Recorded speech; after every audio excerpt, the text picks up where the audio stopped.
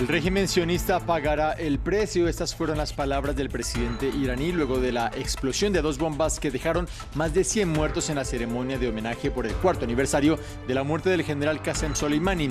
Ningún grupo ha reclamado la autoría de los ataques. Hezbollah insiste en que Israel está detrás de la muerte del número 2 del grupo Hamas en suelo libanés. Su líder, Hassan Nasrallah, advirtió a Israel de una lucha sin reglas y sin límites.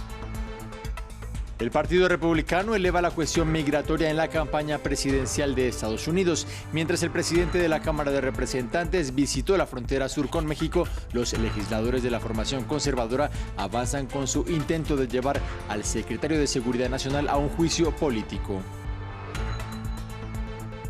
Momento de actualizar las noticias aquí en la pantalla de France 24. Gracias por estar conectados con nosotros. Yo soy Juan Pupiales. Al menos 103 personas fallecieron en un cementerio del sur de Irán tras dos explosiones durante una ceremonia por los 4 años del asesinato del alto comandante Qasem Soleimani luego de un dron de Estados Unidos en 2020. Funcionarios iraníes denunciaron los estallidos como ataques terroristas. Ningún grupo se ha atribuido aún la autoría y la Unión Europea y Rusia condenaron los hechos. Veamos el informe. Una detonación a lo lejos y el pánico general. Muy rápidamente, decenas de personas intentaron abandonar el lugar. El sonido de las ambulancias se hizo presente. Los heridos más leves fueron atendidos en el terreno. Otros más gravemente afectados fueron evacuados a hospitales cercanos. Aquí, más cerca del lugar de los hechos, decenas de cuerpos quedaron en el suelo. Las imágenes de esta doble explosión se transmitían en bucle por la televisión iraní. Escuchamos un ruido terrible, sin embargo, había un dispositivo de seguridad importante.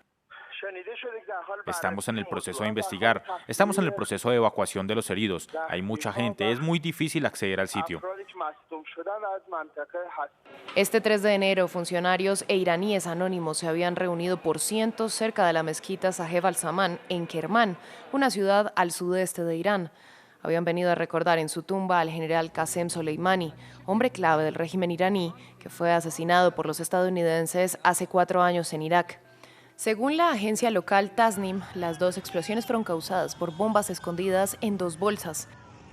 En terreno diplomático, la Casa Blanca calificó de ridículos los señalamientos de una presunta responsabilidad de Estados Unidos o de Israel.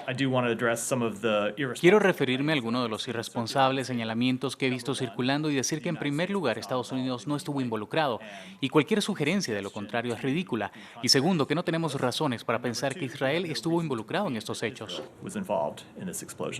A su vez, la Unión Europea, Rusia y Naciones Unidas condenaron el hecho. Mientras tanto, Irán, que es un país que considera a Israel como su enemigo, afirmó que el régimen sionista pagará el precio. Fueron las palabras de su presidente Ebrahim Raisi. Estas reuniones que ven en el país, esta avalancha de gente que se dirige hacia la tumba de Soleimani estos días, viene a asustar a la gente con su acto criminal. No son lo suficientemente fuertes para enfrentar la resistencia. Su poder ha perdido efectividad contra las fuerzas de la resistencia. Ahora están apuntando a personas inocentes. Sepan que pagarán un alto precio por este horrible crimen. Hassan Nasrallah, líder de la milicia chiita libanesa Hezbollah, habló en televisión por primera vez desde la muerte ayer del número 2 de Hamas al sur de Beirut en un ataque del que acusan a Israel. Nasrallah advirtió al gobierno de Benjamin Netanyahu de una lucha sin límites si buscan una guerra contra el Líbano.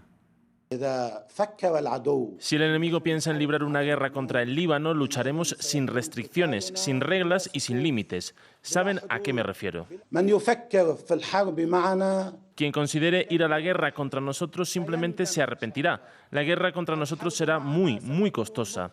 Hasta ahora hemos sido considerados con la situación en el Líbano y los intereses nacionales libaneses, por lo que si se libra una guerra contra el Líbano, entonces los intereses nacionales libaneses nos obligan a ir a la guerra hasta el final sin ninguna restricción.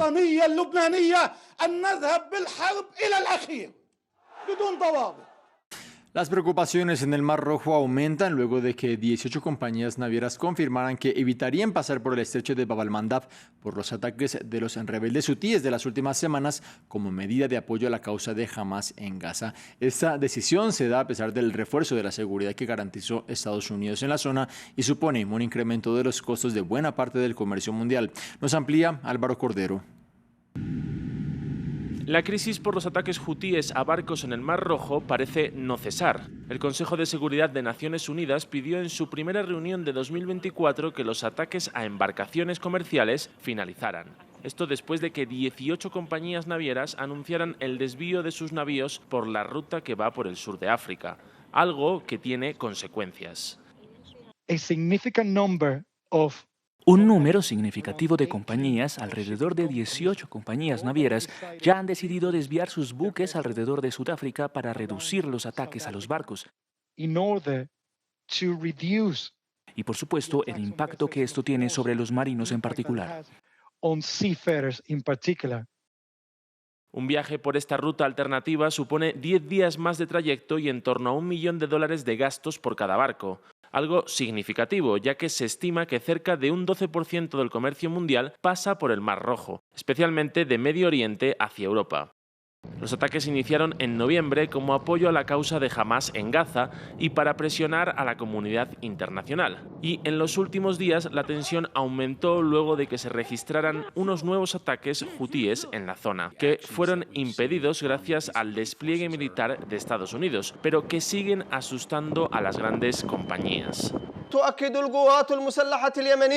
Las Fuerzas Armadas yemeníes confirman que cualquier agresión estadounidense no quedará sin respuesta ni impune. Las Fuerzas Armadas yemeníes advierten al enemigo estadounidense u otros contra cualquier agresión o medida adoptada para la protección de los buques comerciales que se dirigen a la entidad sionista.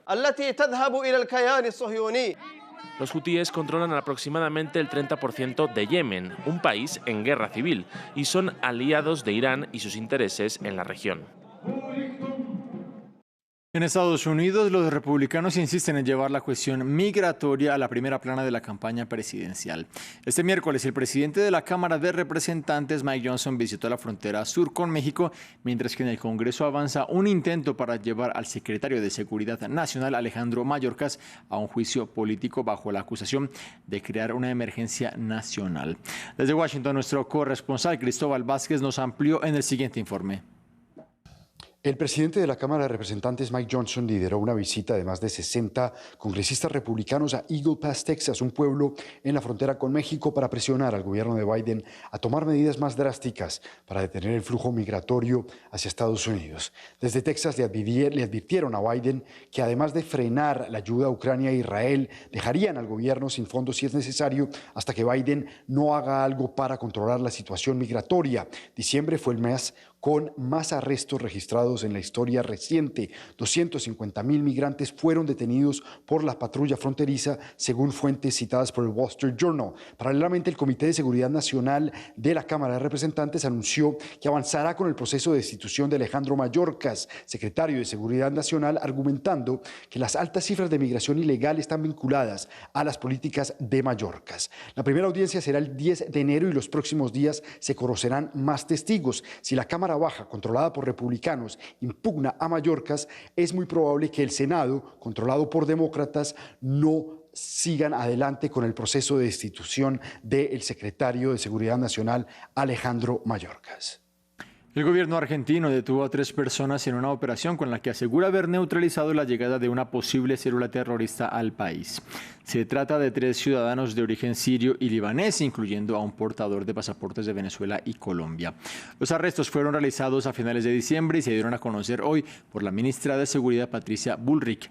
La alta funcionaria expresó que se encontraban atentos porque por estos días Buenos Aires recibe los Juegos Macabeos, que congregan a cerca de 4.000 atletas judíos.